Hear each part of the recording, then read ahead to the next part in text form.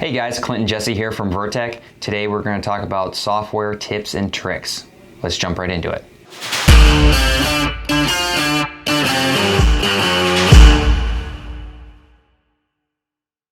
Hey guys, so today I want to talk about how to calibrate your VTK series depth transducer.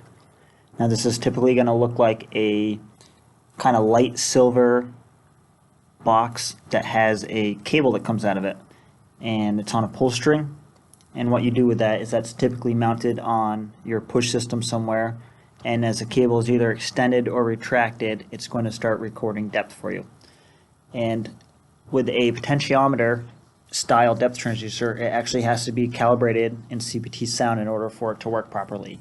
And this is the case if you swap this out with any other depth transducer. So let's talk about how to get that set up.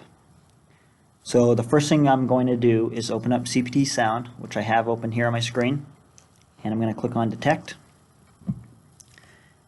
And this is only the case, by the way, if you have a VTK series system. All of the HT series use encoders, and they do not have potentiometer style depth transducers. Now a VTK style can use a potentiometer or an encoder, so if you're not sure what style you have, just give us a call and we can help you out with that. So I'm going to scroll through CPT sound here, detect all the modules.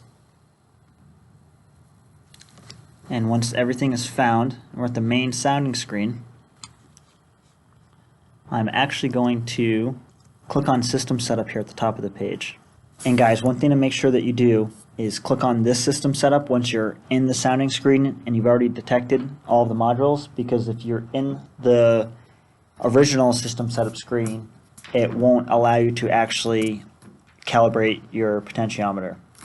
So now that we're in this System Setup screen, you look over here on the right hand side and you'll see 3 black bars with some digital readouts in them. And this first black bar is what the current voltage output is of your potentiometer as it sits right now. And as I move the string in and out, you should see the voltage change, right? So I pulled the string out, the voltage is getting higher. I let the string back in, the voltage is getting lower. So what you're going to want to do is set this up so that you're pulling the string out exactly 1 meter, and then we're going to click on this button that says set depth 0 meters. There's a couple different ways you can do this. You can have this just set on a bench and do it by hand, or you can actually have this set up in your push system and raise your push system up 1 meter. Now, the reason why you want to have your rams lifted up is because you want to have this set up as if you're ready to push something in the ground.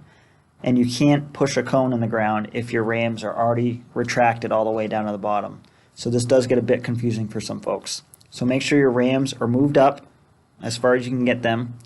And once you have that moved up all the way, you're going to click this button that says set depth 0 meter.